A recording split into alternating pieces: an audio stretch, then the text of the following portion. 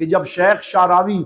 مصر کے ٹیلی ویژن کے اوپر قرآن کی شرح کرتے تھے تو ایک ریڑھی بان بھی انہیں سنتا، ایک ڈاکٹر بھی انہیں سنتا، ایک وکیل بھی انہیں سنتا، ایک سڑک پہ جھاڑو لگانے والا بھی انہیں سنتا، اور ہر ایک کو ان کے لیکچر سے قرآن کی سمجھ نصیب ہوتی تھی۔ اور بہت زیادہ مصر والے اور اہل عرب ان سے محبت کرتے ہیں کہ انہوں نے قرآن کا نور تقسیم کیا۔ ان کی اس تفسیر کو پڑھنا چاہیے۔ ایک دفعہ انہوں نے قرآن سے محبت کا اپنا ایک واقعہ بیان کیا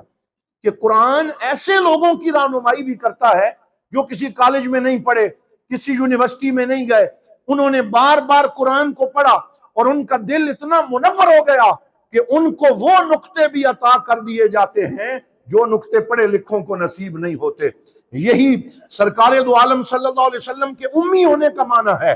کہ حضور امی ہے، تلمیذ الرحمن ہے۔ اللہ تعالیٰ نے خود ان کو علم عطا فرمایا ہے،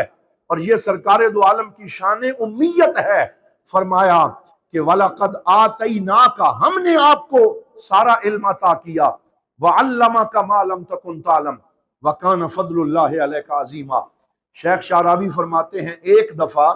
قرآن کی ایک آیت کے اندر مجھے شبہ پیدا ہو گیا، اور وہ شبہ عربی زبان کے قاعدے کی وجہ سے پیدا ہوا۔ عربی زبان کا قاعدہ ہے کہ جب نکرہ کا تکرار آئے تو اس سے الگ الگ چیز مراد ہوتی ہے، اور جب معرفہ کا تکرار آئے تو اس سے ایک ہی شے مراد ہوتی ہے۔ میں مثال عرض کرتا ہوں کہ جہاں پر بھی قرآن پاک میں یا عربی زبان میں معرفہ کا تکرار آئے، یعنی کوئی اسم معرفہ ہو اور اسے جملے میں ریپیٹ کیا جائے تو اس سے ایک ہی شے مراد ہوگی۔ مثلا اگر آپ نے یہ کہا کہ اشتریت الکتاب وقرأت الکتاب وبعت الکتاب، میں نے کتاب خریدی، میں نے کتاب پڑھی، میں نے کتاب بیچی، تو اس میں الکتاب پہ کیونکہ الف لام ہے، یہ معرفہ ہے، تو پھر ہر دفعہ اس سے ایک ہی کتاب مراد ہوگی۔ لیکن اگر آپ نے یہ کہا اشتریت کتابا وقرأت کتابا ونظرت الی کتاب، تو اب یہ نکرہ ہے تو تینوں دفعہ الگ الگ کتاب مراد ہوگی۔ نکرہ تعدد پہ دلالت کرتا ہے۔ یہی وجہ ہے جب قرآن حکیم میں اللہ تعالیٰ نے فرمایا ان مع العسر یسرا، ان مع العسر یسرا، تو عسر تنگی کو کہتے ہیں، یسر آسانی کو کہتے ہیں۔ تو عسر معرفہ آیا، یسر نکرہ آیا، تو حضور صلی اللہ علیہ وسلم نے فرمایا کہ تنگی ایک ہے اور آسانیاں دو ہیں۔ فرمایا تنگی ایک ہے اور آسانیاں دو ہیں۔ کیوں؟ کیونکہ عسر پہ دونوں دفعہ الف لام آیا اور اس سے ایک ہی تنگی مراد ہے، اور حضور نے فرمایا ایک تنگی کبھی بھی دو آسانیوں پہ غالب نہیں آ سکتی، بلکہ اللہ نے آسانیاں زیادہ رکھی ہیں۔ اسی اصول کے پیش نظر امام شعراوی فرماتے ہیں میں نے قرآن کی ایک آیت پڑھی وَهُوَ الَّذِي فِي السَّمَاءِ إِلَٰهٌ وَفِي الْأَرْضِ إِلَٰهٌ، کہ اللہ وہ ہے کہ جو آسمان میں بھی الہ ہے اور زمین میں بھی الہ ہے۔ تو فرماتے ہیں عجیب سا شبہ میرے دل میں پیدا ہوا کہ الہ نکرہ ہے اور نکرہ دو بار آیا ہے، تو الہ کا تعدد تو ہو ہی نہیں سکتا، یہ تو کفر ہے۔ تو پھر اس مشکل مقام سے میں کیسے نکلوں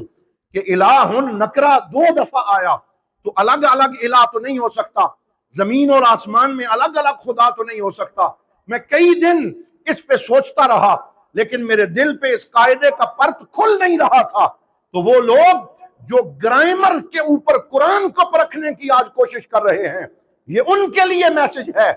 کہ گرامر کی روشنی میں قرآن کو نہ پڑھو بلکہ قرآن کی روشنی میں گرامر کو پڑھو، کیونکہ قرآن گرامر کا محتاج نہیں ہے، ہماری گرامر قرآن کی محتاج ہے، کیونکہ قرآن نے گرامر عطا کی ہے۔ اس لیے وہ لوگ جو آج عجیب و غریب باتیں کر رہے ہیں کہ نہیں جی پتہ ایسا لگتا ہے کہ قرآن پاک میں گرامر کے حوالے سے بہت مسٹیکس ہیں اور اس طرح کی باتیں، یہ ان کے فہم کا قصور ہے، یہ ان کی اپنی سوچ کا بگاڑ ہے،